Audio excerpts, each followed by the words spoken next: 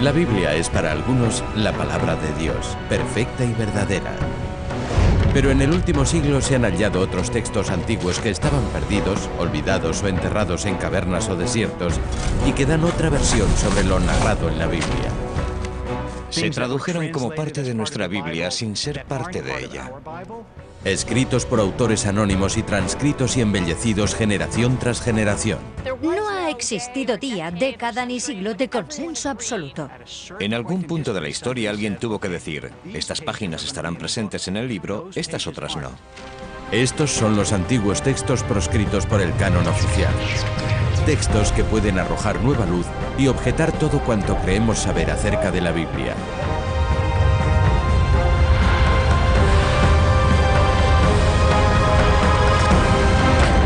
Censurado. Enigmas del Antiguo Testamento.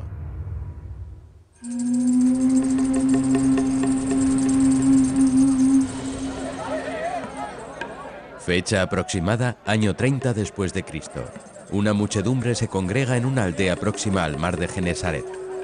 Los judíos de esta provincia romana de Judea son testigos de un milagro.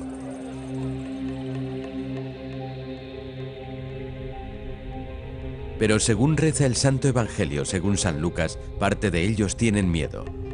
Acusan al sanador de arrojar demonios en nombre de Belcebú. Exigen una señal, la prueba de que el milagro se ha obrado en nombre de Dios. Sus recelos son reprochados por el sanador conocido como Jesús de Nazaret. Esta generación es perversa. Pide un signo y no se le dará otro que el signo del Hijo del Hombre. Jesús hace a continuación una misteriosa proclama. Compara su propio poder con el de uno de los más grandes patriarcas bíblicos. La reina del mediodía resucitará junto con esta generación y la condenará, porque ella vino desde los confines de la tierra a escuchar la sabiduría de Salomón. Y aquí hay algo que es más que Salomón. Esas palabras las pronuncia Jesucristo en medio de un exorcismo. Aquí hay algo que es más que Salomón, dice él, porque podía haber dicho, aquí hay algo que es más que el rey David. Pero no, no es eso lo que dice. Dice, más que Salomón. ¿Qué quiere decir Cristo? ¿Y qué tiene que ver Salomón, sabio rey del Antiguo Testamento, con la expulsión de demonios? A mi juicio, tanto el Nuevo Testamento como otros escritos evidencian que Cristo, sus apóstoles y los evangelistas citaban a sabiendas libremente las Escrituras. Hay quien sostiene que Cristo se refería a algo que no se narra en la Biblia hebrea, sino en otro texto, el Testamento de Salomón. En este libro, Salomón no es solo el más sabio de los hombres, sino una fuerza invencible sobre los demonios. Cristo hace una referencia oblicua a una historia sobradamente conocida en la Judea antigua y manifiestamente asumida como verdad indiscutible. Titulado Testamento de Salomón, está escrito en primera persona y describe cómo conjura el sabio a un ejército de demonios. Acudieron a mi presencia 36 espíritus con rostros de asnos, con rostros de bueyes y de aves. Desconcertado les pregunté, ¿quiénes sois? Tuvo Cristo, que supuestamente habló de las Escrituras con los rabinos del templo a los 12 años, acceso a historias sagradas no presentes en las Biblias que leemos hoy en día? La Biblia hebrea, que los cristianos llaman Antiguo Testamento, es un libro dividido en 3 partes diferenciadas. Aunque 2 estaban ya plenamente establecidas en tiempos de Cristo, pudo también haber circulado una tercera. Fue en el periodo persa entre los años 500 y 400 a.C. cuando quedó fijada la primera porción de la Biblia. Génesis, Éxodo, Levítico, Números y Deuteronomio, es decir, el Pentateuco, los llamados 5 libros de Moisés. Para la tradición judía, los 5 libros comprendidos entre el Génesis y el Deuteronomio son el más alto y directo grado de revelación de Dios a Moisés. Luego en el canon bíblico hay una segunda categoría que son los libros proféticos y por último una tercera, los escritos. Esa tercera parte, los escritos, Poseen rango sagrado, pero menos íntegro que las otras dos secciones bíblicas, las que más variaron con los siglos. Los textos bíblicos no fueron plenamente consensuados hasta mucho tiempo después de la muerte de Cristo. Por muy extraño que resulte para nosotros imaginarlo, es muy probable que existieran no Biblias alternativas, sino Biblias con libros alternativos considerados sagrados. Sabemos por remotos testimonios griegos que hay elementos en la Biblia que se tradujeron como parte de ella y que no se incluyen en nuestra Biblia. Y sabemos por los manuscritos del Mar Muerto que hay elementos que aquella comunidad consideraba parte de la Biblia y nosotros no. ¿Conocieron y citaron Jesucristo y sus discípulos textos sagrados no incluidos en nuestra Biblia actual? ¿Qué sabían ellos que nosotros no sabemos sobre los más célebres patriarcas bíblicos? José, Daniel, Adán, Eva o Salomón, al que Cristo misteriosamente alude en ese exorcismo relatado por San Lucas. En algún punto de la historia alguien tuvo que decir, estas páginas estarán presentes en el libro, estas otras no. Pero esas páginas estuvieron ahí en otros tiempos, en el seno de otras comunidades. ¿Qué contienen esas páginas? ¿Son meras licencias literarias añadidas a posteriori o pura y simplemente falsedades? ¿Contiene quizá toda esa narrativa antiguas revelaciones fuente de misterios aún más profundos?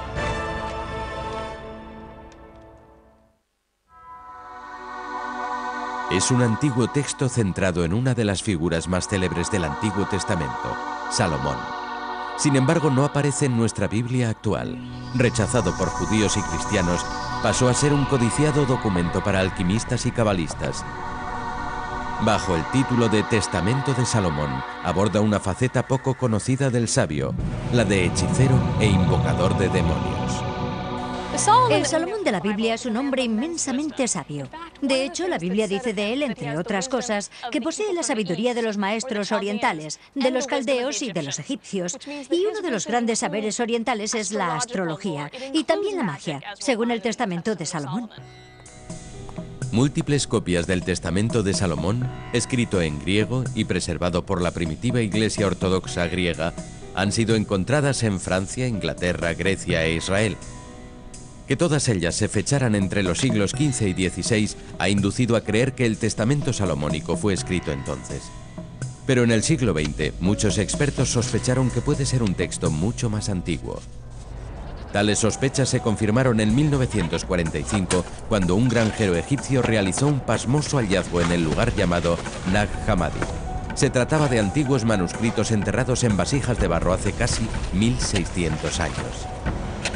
Datan del siglo II e incluyen pasajes que parecen referirse directamente a tradiciones que recoge el texto salomónico. Lo que se puede certificar respecto a la fecha de redacción del Testamento de Salomón es que debe ser anterior al año 400, porque se cita en otro texto coetáneo. Este testamento nos presenta a un Salomón diferente al de la Biblia.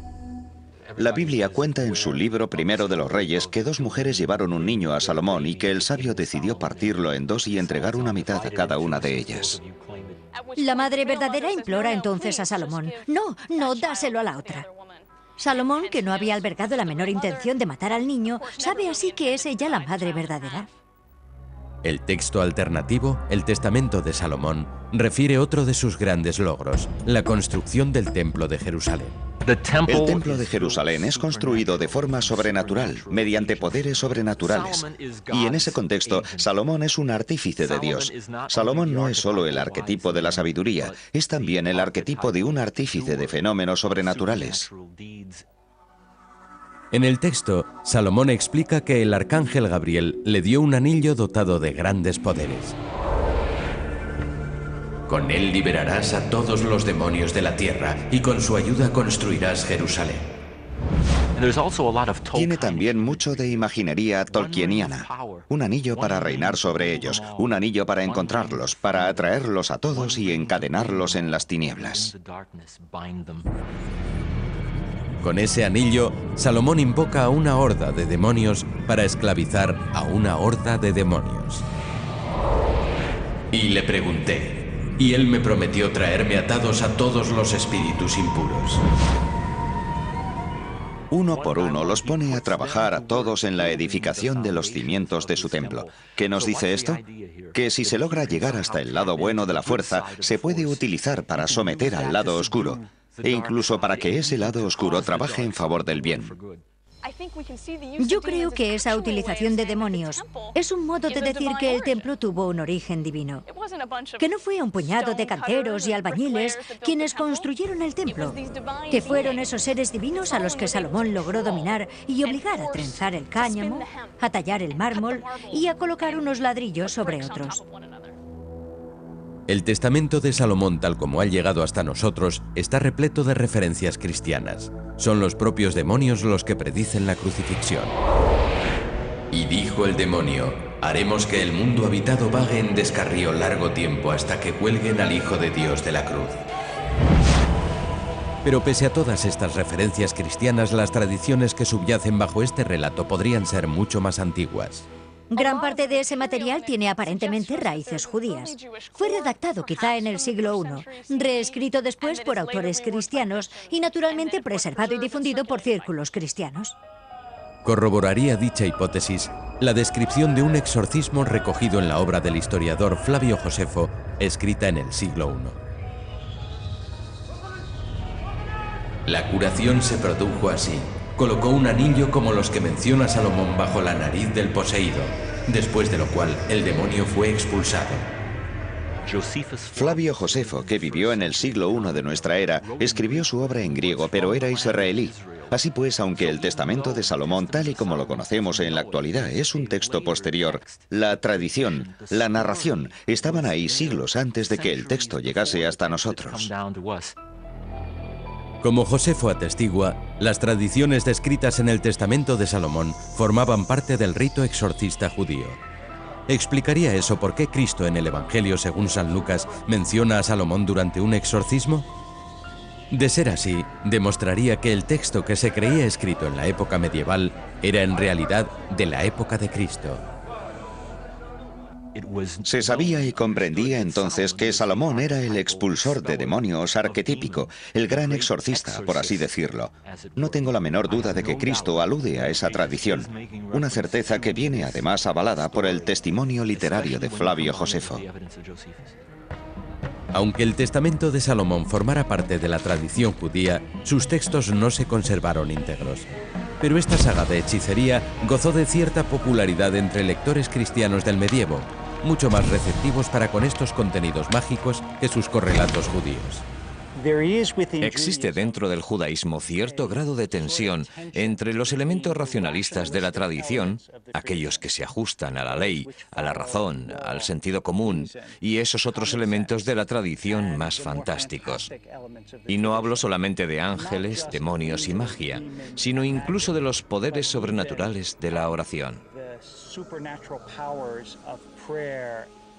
El camino místico está cargado de multitud de peligros. Respecto a eso no cabe ninguna duda. Y según la mística, según la cabalística, no se puede entrar en el huerto místico si no se tiene por lo menos 40 años y, cito textualmente, la barriga llena, que significa plena sabiduría, pleno conocimiento del Torá. Porque el camino místico es un camino, como ya he dicho, cargado de peligros, del que es fácil desviarse, incluso es fácil perder la razón. Ese es el destino de Salomón según su texto no ortodoxo. Pero no son los demonios los que hacen que Salomón pierda su contacto con la realidad. Salomón puede controlar sus demonios sin ninguna dificultad. Su problema son las mujeres. Una de sus esposas es pagana y Salomón ofrece por ella un sacrificio a los dioses paganos. Salomón se deja enredar por su esposa pagana que adora a dioses paganos y el corazón de Salomón se aleja del verdadero Dios de Israel. ¿Cuál es el resultado? Que Salomón pierde incluso la sabiduría que lo engrandeció. De su boca no sale ya más que una jerigonza incomprensible. Es el hazmerreír de su pueblo. El testamento de Salomón y su énfasis en el templo de Jerusalén y el advenimiento de Cristo es finalmente considerado un híbrido excesivo tanto para el canon judío como para el cristiano. Ni es la Biblia hebrea ni por tanto Antiguo Testamento, tampoco Nuevo Testamento, y por esa escasa solidez finalmente se derrumba. Pero también otros textos bíblicos caerían en ese abismo hasta ser rescatados siglos después. Entre ellos un extraño escrito que echa por tierra nuestra visión de Adán y Eva. Un texto rara vez mencionado en iglesias y sinagogas por estar plagado de tabúes tales como el infanticidio, el feminismo o el sexo demoníaco.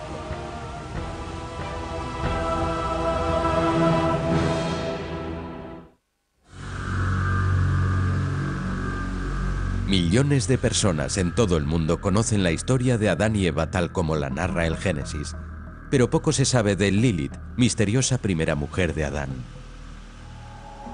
Después de crear a Adán, dijo Dios, no es bueno que el hombre esté solo. Y creó entonces Dios a la mujer, como a Adán, también de barro, y la llamó Lilith. Dos textos excluidos de la Biblia narran detalladamente la historia de Lilith. Uno es el Zohar, llamado también Libro del Esplendor y escrito probablemente en el siglo XIII. El otro, titulado Alfabeto de Ben Sira, es una colección de textos recopilada en la Edad Media. Pero las tradiciones que recoge podrían tener su origen en la antigüedad. Según tales tradiciones, Lilith, creada antes que Eva, habría sido la primera esposa de Adán. Al principio, pero al principio de verdad, antes de Eva, no habría sido Adán el único ser creado por el sumo hacedor, por Dios. Adán y su compañera, Lilith, fueron creados a la vez, los dos del mismo barro, los dos de la misma tierra, creados por separado, pero iguales. Desgraciadamente, esa igualdad no fue del agrado de Adán, y así llegó un momento en el que Adán comenzó a insistir en que Lilith se sometiese a él. «Sométete a mí, mujer», le dijo. Pero ella se negó. Lilith fue rechazada como esposa de Adán por exigir igualdad. Lilith decide en ese momento pronunciar el nombre divino, 4 letras del alfabeto hebreo que unidas forman el nombre de Dios. Yod, He, Bab, He. Letras que no debían ser vocalizadas ni pronunciadas nunca jamás. Pero cuando ella las pronuncia, Lilith es investida de un poder tal que asciende volando hacia los cielos. Según Ben Sira, 3 ángeles acuden en vano a intentar hacer volver a la tierra a Lilith. Y dijo el santo, si ella accede a volver, sea así. De lo contrario, permita que mueran cada día 100 de sus hijos. Ellos le transmitieron la palabra de Dios, pero no quiso volver. Con Lilith fuera de escena, en los textos heterodoxos, Dios presenta a Adán a una segunda esposa, Eva. La segunda esposa de Adán, Eva, es creada de su costilla, no junto con él, del barro y al mismo tiempo. Por eso entonces se le permite decir, «Sométete a mí, mujer». Y ella supuestamente se somete. Lilith, expulsada del Edén, es ahora un demonio condenado a perder a 100 de sus hijos cada día por su arrogancia. Pero escogerá para vengarse a los descendientes de Adán y Eva. Lilith castigará a los hijos de la segunda esposa de Adán. Castigará a las mujeres encintas. Castigará a los recién nacidos. Pervertirá incluso a los jóvenes que duermen solos, propagando de esa manera su estirpe de vástagos demoníacos. Esas referencias a Lilith como ser demoníaco proporcionan una pista sobre los orígenes de estos textos. La propia Lilith es mostrada como un monstruo de la prehistoria. Se cree que su figura aparece retratada en antiguos relieves descubiertos en Egipto, Grecia, Babilonia y Sumeria. Hay referencias a ella en antiguos relieves babilónicos que muestran a una mujer con espolones de ave flanqueada por lechuzas. Se la asocia con una diosa de la antigüedad conocida como Lilitu o Lilith. Ambos son nombres que parecen derivar del vocablo hebreo Laila, que significa noche. De ahí la idea de considerar a Lilith un demonio de la noche, quizá incluso un demonio vampírico. Es mencionada en la Biblia hebrea y en algunas traducciones del libro de Isaías. También allí Lilith se tumbará y hallará lugar de reposo. Allí también se juntarán los buitres y encontrarán unos con otros. Es la única mención que se hace de Lilith en toda la Biblia, y es que forma parte de una lista de personajes varios, todos tremendamente perversos, que parece oportuno ocultar a toda mente piadosa. Aunque todos esos personajes tuvieran su historia, no se ha conservado. Pero ¿cómo pasa Lilith de Isaías al núcleo de la historia de Adán y Eva? La respuesta la tiene una antigua tradición judía llamada Midrash. Cuando uno lee la Biblia, se encuentra con lagunas en personajes sobradamente conocidos y también con nombres carentes totalmente de historia. Cuando los rabíes se encuentran en la Biblia con uno de esos personajes no identificados, sin historia, intentan siempre relacionarlo con otro elemento bíblico. Los rabinos de la antigüedad escrutaban las escrituras hasta la saciedad en busca de pistas o referencias crípticas para rellenar esas lagunas. En ocasiones es la coincidencia de dos palabras similares utilizadas en el mismo lugar o viendo sucesos similares.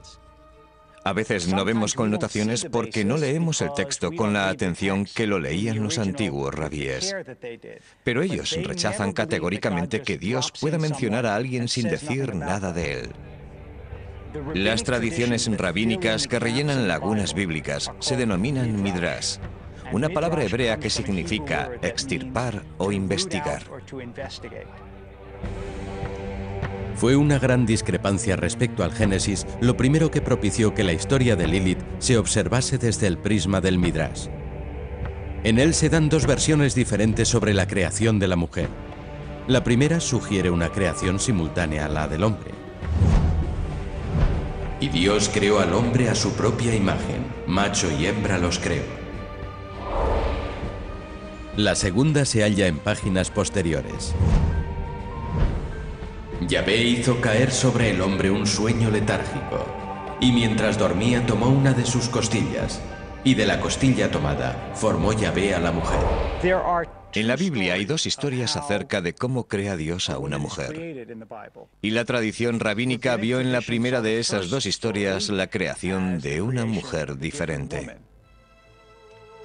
Los sabios rabínicos de la antigüedad quisieron conciliar estas dos versiones del Génesis.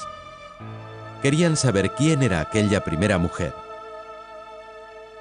Finalmente la asociaron al demonio femenino mencionado por Isaías y crearon un texto sagrado que conectaba ambas versiones. El hombre posee un poderoso impulso creativo. Si alguien dijo a aquellos rabíes, esta es la historia, punto final, probablemente ellos pensaron, no, tenemos ideas e intuiciones profundas para dar continuidad a esta historia. Así que lo que nosotros estamos leyendo es arte narrativo de antiguos autores con necesidades expresivas. Fue Lilith, escribieron, quien rechazó a Dios y a Adán para convertirse en demonio, en criatura nocturna adoradora de esencias natales y sexuales. Fue la tradición Midrash la que inspiró el Zohar y el Ben Sira y propició su expansión. El Midrash retrató a Lilith como un súcubo, seductora de la noche. Se le atribuían las poluciones nocturnas.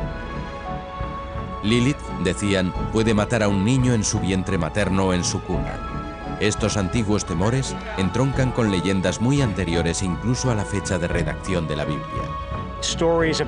Leyendas muy similares a la de Lilith han existido siempre, desde las épocas más remotas. Lilith ocupa ese nicho, ese espacio mitológico que es el de la mujer malvada, un espacio presente en la práctica totalidad de las mitologías. Parte de él es en esencia una sexualidad que incomoda y parte la imaginación humana creadora de diablos, demonios, de dificultades para explicar la presencia del mal en este mundo. Ese temor, por ejemplo, al fallecimiento de niños, algo muy común en el mundo antiguo. Se culpaba a Lilith de esas muertes porque resultaba inconcebible que fueran fruto de la voluntad divina. Tenía que haber una fuerza maligna que arrebatara un hijo a sus padres. Lilith sería temida a lo largo de los tiempos, en especial en círculos cabalísticos y ortodoxos en los que aún se usan amuletos contra sus poderes. Pero su leyenda, la de una mujer malvada pero poderosa, no hallaría acomodo ni en el canon cristiano ni en el judío. Lo que particularmente ha incomodado de Lilith a los líderes religiosos como varones es que haya sido asociada con la seducción, así como con la igualdad plena. Y es que durante miles de años no ha existido igualdad entre figuras religiosas masculinas y femeninas, ni en el judaísmo, ni en el cristianismo, ni en el islam, ni en el hinduismo, en ninguna de las tradiciones religiosas establecidas. Pero otro texto perdido demostrará que hasta una mujer sumisa puede incomodar a la ortodoxia, máxime si se trata de una sacerdotisa pagana obsesionada con uno de los grandes patriarcas bíblicos. El matrimonio de José con la hija de un sacerdote egipcio es algo que puede levantar ampollas en muchos sectores. ¿José casado con una shiksha? Eso es algo que no es muy kosher.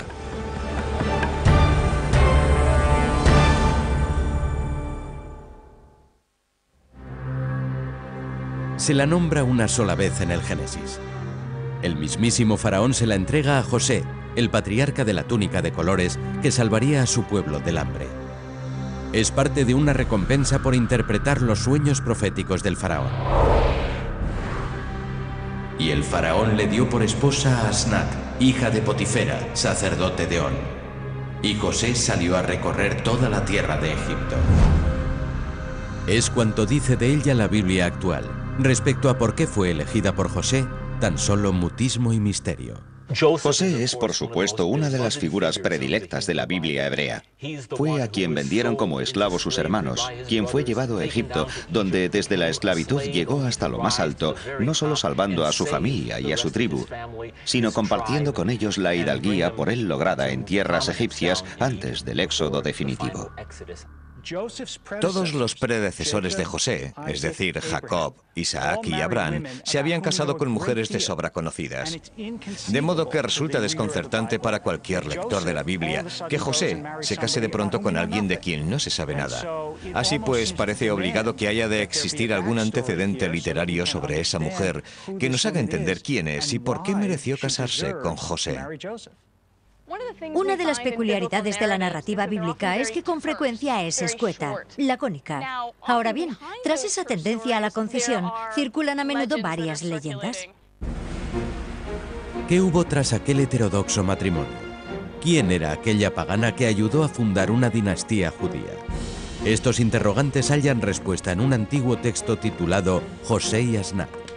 Pero nadie sabe exactamente quién lo escribió ni cuándo. Hay quienes sitúan su origen en el siglo I a.C., en Alejandría, Egipto, una ciudad famosa por su biblioteca y sus judíos eruditos. En lo formal recuerda a un Midrash, un texto sagrado que explica cuestiones poco claras de la Biblia, un modelo que evolucionó quizá a partir de una tradición oral más antigua. Se suele ahondar en historias como esta porque hay en ellas elementos problemáticos, como es el caso de José, que desposa a la hija de un sacerdote egipcio. Es algo que a buen seguro ha escandalizado a muchos que se preguntarán, ¿cómo es posible un matrimonio entre un hebreo y una hija no solo de un egipcio, sino también de un sacerdote? Así pues, una de las razones para reabrir un suceso como este sería el encontrarle un porqué. De ese modo pueden añadirse a la historia detalles y matices para intentar quitarle hierro. El texto de José y Asnat comienza en Heliópolis, ciudad egipcia del sol, donde José es enviado a recaudar maíz para almacenarlo en época de abundancia. Es aquí donde José conoce al sacerdote Potifera. Potifera tenía una hija virgen de unos 18 años, más hermosa que cualquier otra virgen del lugar. Asnat había rechazado a numerosos pretendientes, entre ellos al hijo del mismísimo faraón. Este decreta finalmente que Asnat sea entregada a José en pago a sus leales servicios. Pero para José, fiel a su fe, hubiera sido un obsequio inaceptable, aun viniendo del mismísimo faraón. Ella pertenece a una realeza hereditaria y en cierto modo biológica. Es hermosa, inteligente y además una princesa. Con ello y con todo le falta únicamente un solo requisito: ser judía. Pero en principio es Asnat la reacia al enlace. Asnat piensa para sí, desde su propio y particular punto de vista, ¿por qué habría de aceptar yo a un israelita, a un extranjero, a un fugitivo, a un antiguo esclavo? Asnat no quiere aceptar a José hasta que se ve con él cara a cara, por supuesto. Asnat se asoma a su ventana y ve entonces a un apuesto joven, del cual se enamora perdidamente. Se enamora perdidamente de José, del joven que es su prometido. Asnat sale de su casa a toda prisa para conocerlo, pero José le dice entonces: yo no puedo besarte, yo no puedo desposarte porque tú adoras a ídolos y yo adoro al Dios verdadero. A Asnat le invade entonces una profunda tristeza. Tomó Asnat un hábito de penitencia, se cubrió de cenizas y lloró amargamente. Y he aquí que las cenizas por sus lágrimas parecían barro. Tras 7 días de meditación, Asnat eleva sus plegarias al Dios de José. En respuesta, Dios le envía a uno de sus arcángeles que se presenta envuelto en llamas, pero adoptando la grata fisonomía de José. Lo que sigue a continuación es un misterioso ritual del que no hay rastro ni en la tradición judía ni en la cristiana. El arcángel Miguel acude a ella y le da de comer de un panal que ella descubre mágicamente en su habitación. Las abejas echan entonces a volar y rodean a Asnat. Salieron las abejas de las celdas y volaron en círculos alrededor de Asnat, de sus pies a su cabeza, y más abejas aún se posaron sobre sus labios. Construyen entonces un panal sobre sus labios. Purifican los labios que hasta entonces habían dirigido sus oraciones a falsos ídolos. El néctar y la miel son un alimento tradicional de los dioses. Son la leche del paraíso. Y esa imagen de Asnat, siendo alimentada con miel, es una imagen de inmortalidad. Es una imagen de grandeza reflejada en toda mitología. Hay también, diría yo, cierta imagen sexual en ese panal. Que fuera o no fuera esa la primera intencionalidad del texto no está del todo claro. Pero sin duda es una imagen muy viva, a mi juicio, en esa comunión, en esa unidad.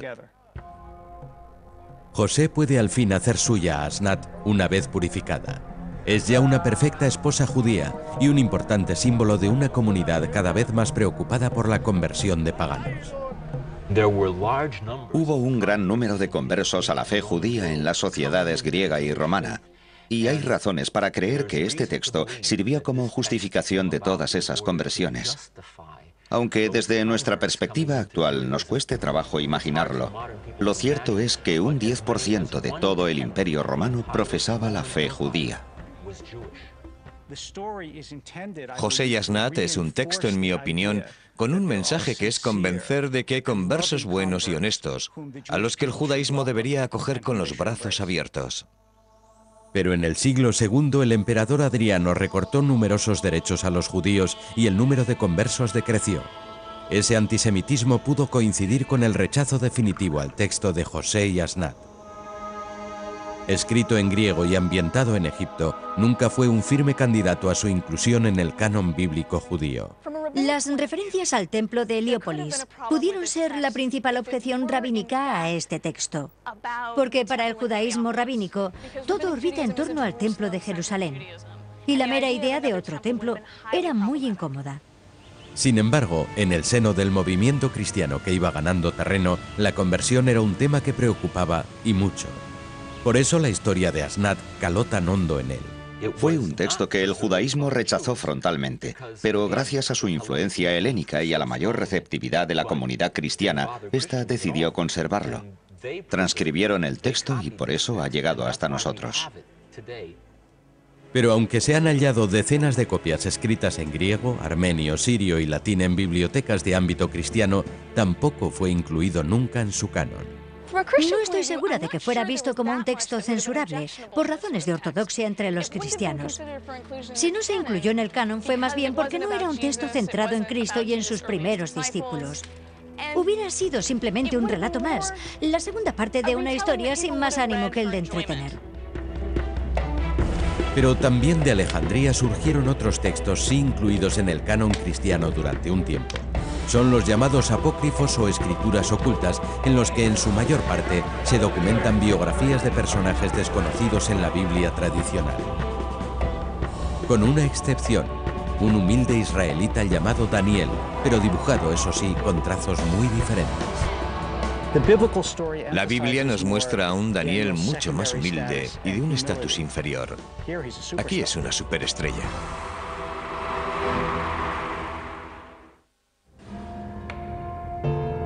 Es una versión de la Biblia hebrea que suscitó ya duras polémicas desde el siglo III a.C. Es un texto más extenso que el Antiguo Testamento, pero finalmente no se ganó el beneplácito de la tradición judía. Redactado por encargo de Ptolomeo II para la Biblioteca de Alejandría, iba a ser en principio una traducción al griego de las Sagradas Escrituras judías para hacerlas más accesibles a estudiosos de todo el orbe. Esta obra sería conocida con el nombre de Septuaginto. Cuentan ciertas fuentes que en Alejandría residía un colectivo de doctos judíos, a cada uno de los cuales se encargó por separado una traducción al griego de la Biblia hebrea. Una vez concluido el trabajo, se reunieron todos ellos y contrastaron las versiones de cada uno, que finalmente resultaron ser todas idénticas. Y por ser todas idénticas, se dice que el Septuaginto es una obra de inspiración divina. Se cree que hacia el año 200 después de Cristo, Ptolomeo escogió para traducir al griego la Biblia hebrea a 6 eruditos judíos de cada tribu de Israel, 72 en total. Por eso la obra fue titulada Septuaginto. Aunque los sabios eran 72, Septuaginto significa 70, un número más fácil de recordar. Pero la leyenda en torno al Septuaginto pudo ser una invención para reivindicar la obra como versión más auténtica de la Biblia hebrea en un tiempo en el que circulaban distintas ediciones. Hay quienes defienden la existencia de al menos 3 tradiciones textuales: una palestina, una babilónica que habría evolucionado hacia lo que es actualmente una versión tradicional masotérica de la Biblia hebrea, y una tradición egipcia independiente de las otras dos y representada por el Septuaginto. Ninguna de las 3 tradiciones coincide plenamente. Pero es el Septuaginto la más extensa de cuantas versiones de la Biblia hebrea ha habido. En él se incluye una docena de textos no presentes en ninguna otra obra. ¿Qué contienen todos estos textos adicionales? Algunos son oraciones o proverbios, pero la mayoría son narraciones biográficas de personajes ignorados por la tradición o de otros conocidos, pero mostrados bajo un prisma muy distinto. El más conocido de todos esos personajes es Daniel, el israelita a quien el rey babilonio Nabucodonosor arrojó a los leones según la versión actual de la Biblia. Daniel es un israelita devoto y piadoso que se niega a adorar a las deidades paganas y es perseguido por ello. Finalmente es arrojado a los leones, pero ninguno de los leones abre la boca ni lo toca tan siquiera. Esa es la versión clásica de la historia. El Daniel del Septuaginto aparece en el mismo escenario y junto a los mismos protagonistas, pero esta versión lo caracteriza con una personalidad bien distinta. La gran diferencia existente entre esta versión y la bíblica es que en la primera Daniel aparece como un hombre mucho más asertivo, mucho más heroico. Es más la imagen de alguien que destaca y se hace notar, mientras que la versión bíblica enfatiza más a un Daniel de carácter modesto y humilde. En esta otra versión es casi una superestrella. En la versión del Septuaginto titulada Bel y el dragón, Daniel asume la ardua tarea de demostrar a los babilonios que adoran a una falsa divinidad. Bel era el ídolo de los babilonios, su rey lo idolatraba y acudía cada día a adorarlo. Pero Daniel adoraba a su propio Dios.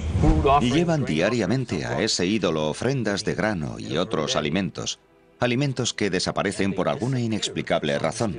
Quizá porque los ídolos los devoran. Eso es lo que hacen los dioses, devorar las ofrendas. Y esa es la prueba de la existencia de Bel. Pero Daniel desafía frente a frente tales creencias. Y dijo Daniel: «Oh rey, no te engañes, pues eso es solo barro por dentro y metal por fuera, que jamás ha bebido ni comido cosa alguna». Entonces dice Daniel: «Yo puedo sacaros de vuestro error. Esparce cenizas por todo el suelo del templo, y a continuación se sellan las puertas del templo para que nadie pueda salir ni entrar».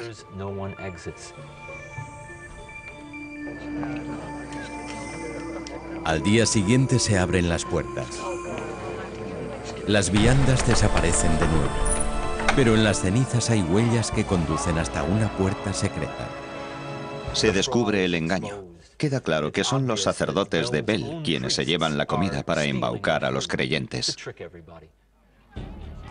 En el capítulo siguiente es el rey quien desafía a Daniel mostrándole otro dios babilonio, una criatura con forma de dragón. ¿Dirás ahora también que esto es solo metal? Este come y bebe. No puedes decir que no es un dios vivo. Para descalificar nuevamente al rey, Daniel prepara unos pasteles envenenados y se los da de comer a la bestia. Se los comió y reventaron sus carnes, dijo entonces Daniel, ¿y a esto habéis estado adorando? En el texto apócrifo es esta la afrenta por la que Daniel es arrojado a los leones. De lo anteriormente expuesto podemos extraer la conclusión de que existen dos Danieles diferentes según una versión u otra. En una se opone pasivamente a su contexto cultural, continúa rezando a su Dios. El otro Daniel se opone a su contexto cultural activamente, dando muerte a ese Dios dragón. Ciertos eruditos judíos rehusaron incluir a Daniel en el canon porque pertenece a una saga de tardía aparición, muy pocos siglos antes del nacimiento de Cristo. Los judíos contemporáneos de Cristo creían que el tiempo de las profecías había llegado a su fin y con él cualquier texto de inspiración divina. Por consiguiente, para ellos no había a esas alturas ya texto con autoridad para ser considerado inspiración profética, palabra de Dios. Pero finalmente la historia de Daniel fue incluida, aunque escuetamente.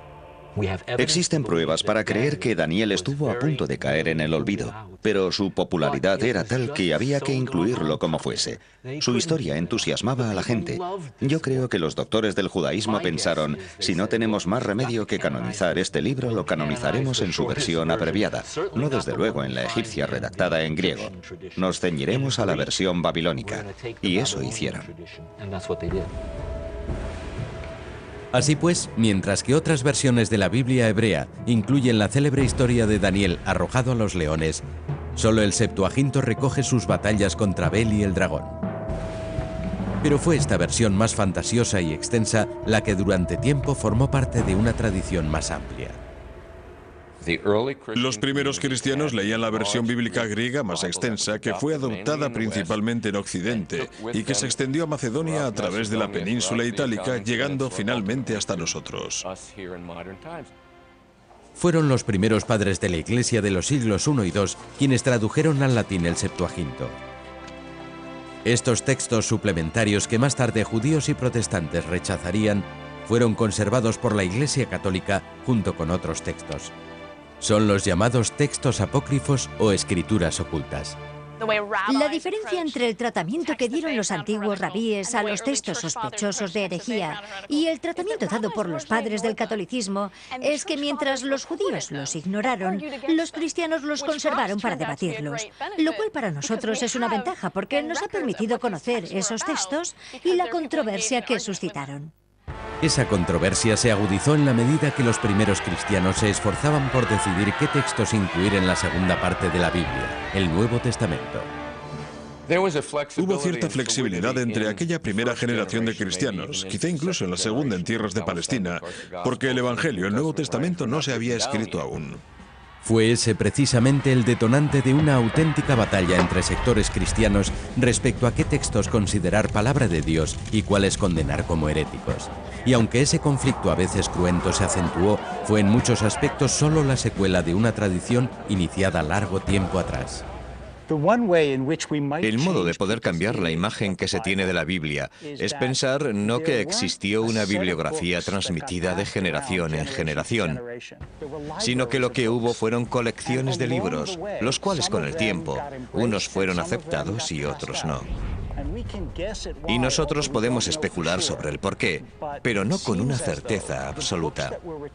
Aún así, parece que los libros que sí se conservaron fueron los libros aceptables en el plano religioso, los libros capaces de llegarnos, de conmovernos, los que contribuyeron a cohesionar a una comunidad tan amplia. Y esos parecen haber sido en última instancia los factores a la hora de decidir qué libros pasarían a formar parte de la Biblia y cuáles no. Porque téngase presente que un libro solo puede ser sagrado si su mensaje es imperecedero.